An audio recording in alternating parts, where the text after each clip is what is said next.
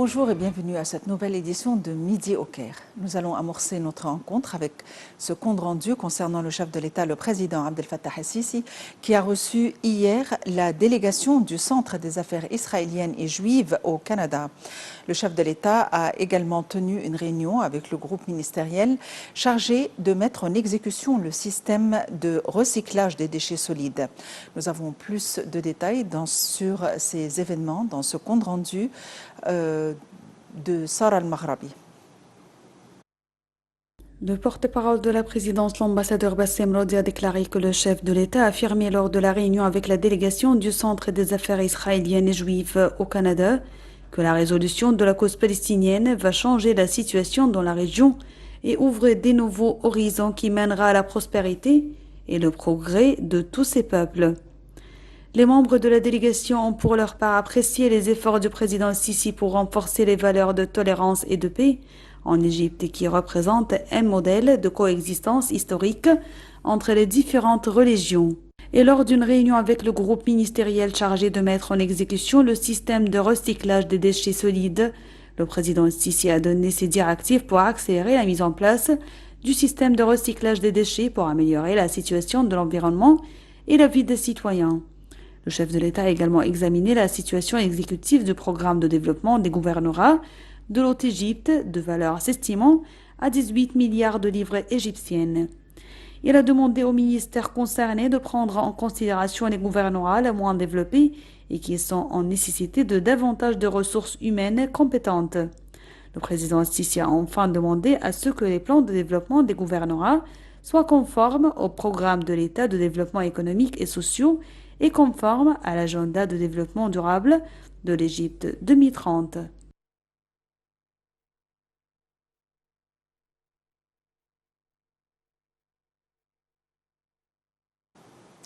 Le Premier ministre, Dr Moustapha Madbouli, s'est entretenu avec les ministres et le président de l'Agence de développement des petites et moyennes entreprises, ainsi que les responsables des organisations non gouvernementales, afin de suivre la mise en œuvre de l'initiative présidentielle baptisée Une vie décente. Le chef du gouvernement a souligné la pleine coordination entre le gouvernement et les organisations non gouvernementales pour promouvoir la qualité de vie dans les villages les plus démunis. La ministre de la Solidarité sociale a pour sa part affirmé que les travaux dans 145 villages seront achevés au cours de la première année de l'initiative. Les responsables des associations civiles ont affirmé que le travail est en cours dans les différents domaines sanitaires, pédagogiques et du développement dans les villages visés par l'initiative.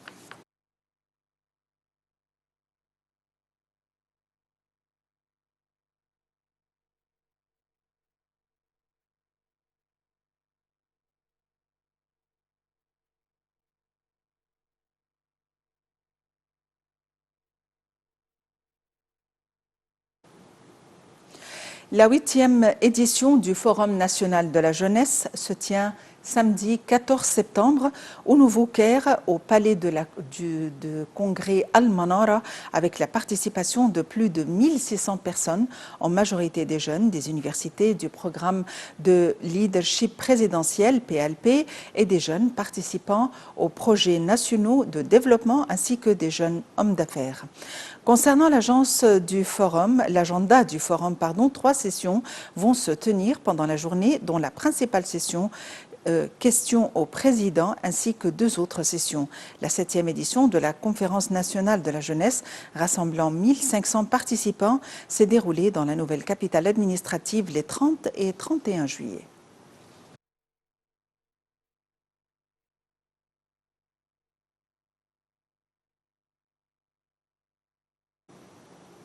Pour nous donner plus de précisions, nous avons le plaisir d'avoir en ligne Dr Dina Al-Kurdi, maître de conférence à l'Université d'Alexandrie. Dr Dina Al-Kurdi, bonjour et bienvenue avec nous. Bonjour Madame, merci infiniment.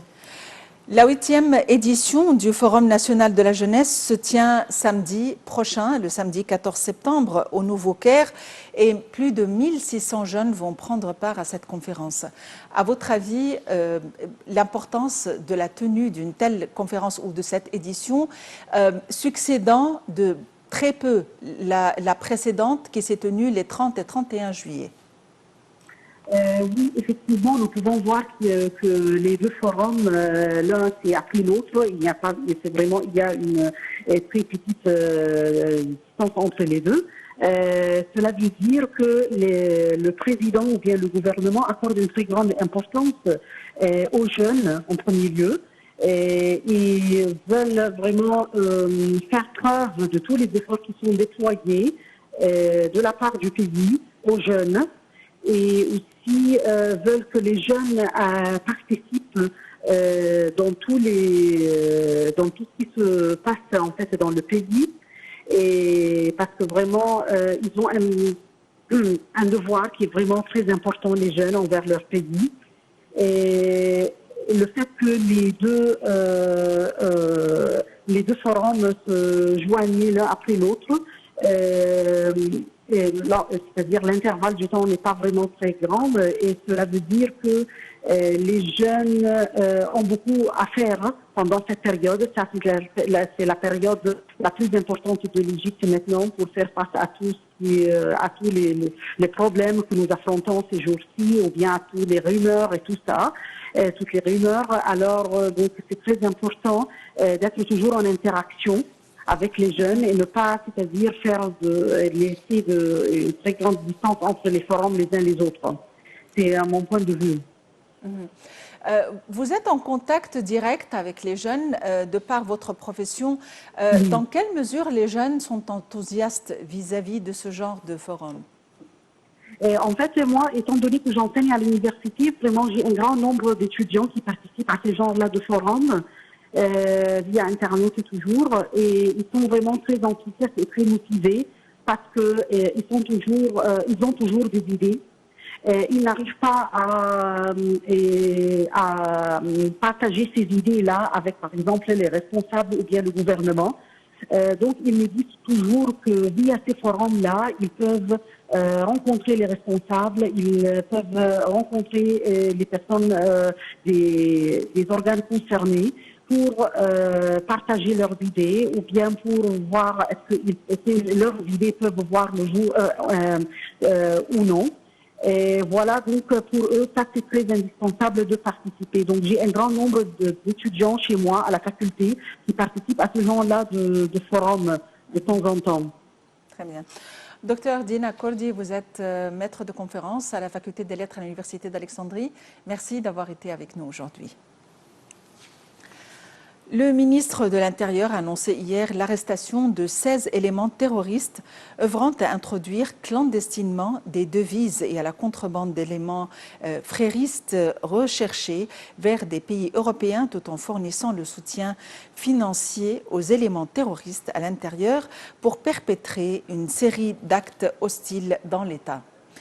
Dans un communiqué, le ministère de l'Intérieur a souligné que dans le cadre des efforts déployés pour faire avorter les plans de l'organisation terroriste des Frères visant à porter atteinte à la sécurité de la patrie et à sa stabilité, le secteur de la sécurité nationale a décelé des plans menés par les cadres terroristes en fuite en Turquie pour porter préjudice au potentiel économique de l'État.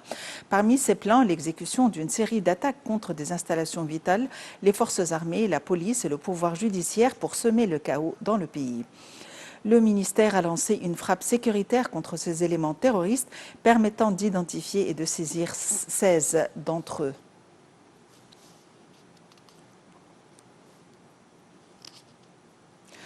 Le Conseil de la Ligue arabe s'est réuni ce matin au niveau des ministres des Affaires étrangères en présence du secrétaire général Ahmed Aboulghit. La réunion a examiné des sujets importants sur la scène arabe, dont notamment les ingérences iraniennes flagrantes dans les affaires de certains pays arabes, le dernier développement du processus de paix au Proche-Orient, ainsi que la situation au Soudan, au Yémen, en Syrie et au Liban. Les participants à cette réunion ont également discuté de la sécurité de la navigation dans le Golfe, ainsi que les ressources de l'approvisionnement en énergie dans la région.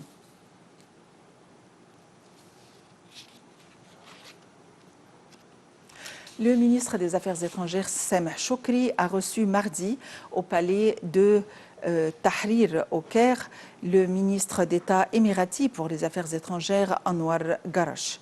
Chokri s'est entretenu avec le ministre d'État émirati aux Affaires étrangères des moyens de renforcer les relations bilatérales et les questions régionales, et ce avant le début de la session ordinaire du Conseil de la Ligue arabe au niveau des ministres des Affaires étrangères. Le chef de la diplomatie égyptienne a réitéré la solidarité de l'Égypte avec les Émirats arabes unis. Le haut responsable émirati a pour sa part confirmé l'attachement de son pays à consolider ses rapports avec l'Égypte. Les entretiens ont aussi porté sur la coordination et la concertation égypto-émirati concernant les questions d'intérêt commun et la situation dans la région, ainsi que les efforts de lutte contre le terrorisme.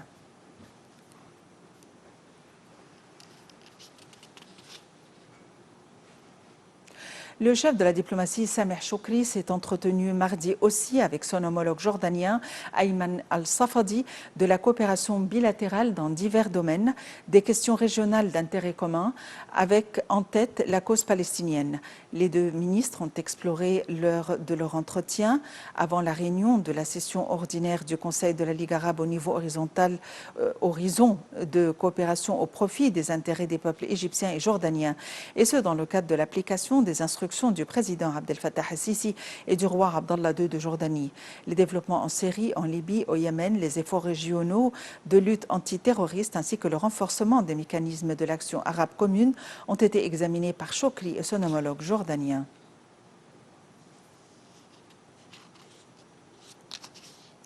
L'Organisation arabe du développement administratif tient aujourd'hui et demain la première conférence arabe sur la santé de la femme, baptisée « Renforcer la santé des femmes pour atteindre les objectifs de développement durable à l'horizon 2030 » et la devise de la conférence. Elle est tenue sous les auspices du Premier ministre Mustafa Madbouli.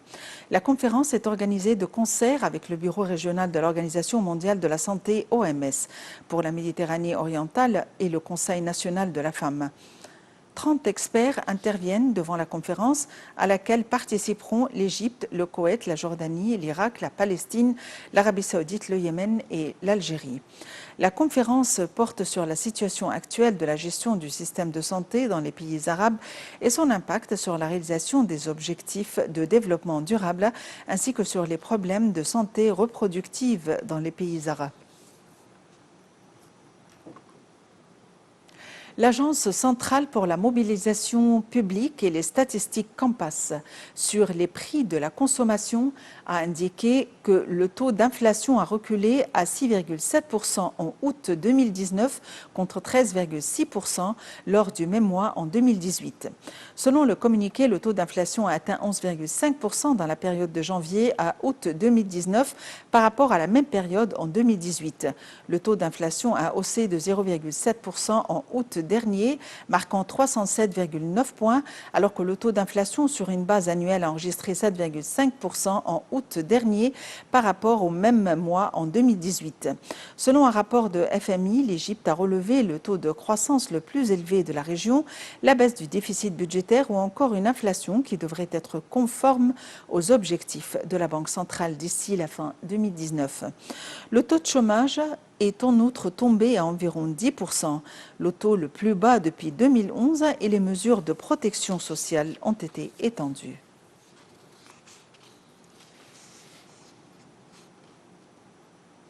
Le ministre de l'Éducation, de l'Enseignement et de l'Enseignement technique a annoncé dans un communiqué de presse publié sur son site internet le début des inscriptions à l'école Egypt Gold pour la technologie appliquée. Cette école sera la première école de technologie applicable spécialisée dans l'industrie des bijoux. Les inscriptions durent jusqu'au 15 septembre. Egypt Gold a pour objectif de former les meilleurs diplômés capables de travailler tant sur le marché international que sur le marché national. Afin d'atteindre cet objectif, l'école garantira à ses élèves les meilleures conditions d'apprentissage en appliquant les normes internationales. Les études de l'école seront de 3 ans. En effet, ce projet est le fruit d'une coopération entre le ministère et l'entreprise Egypt Gold, une des entreprises pionnières dans le domaine des bijoux d'or et de diamants en Égypte.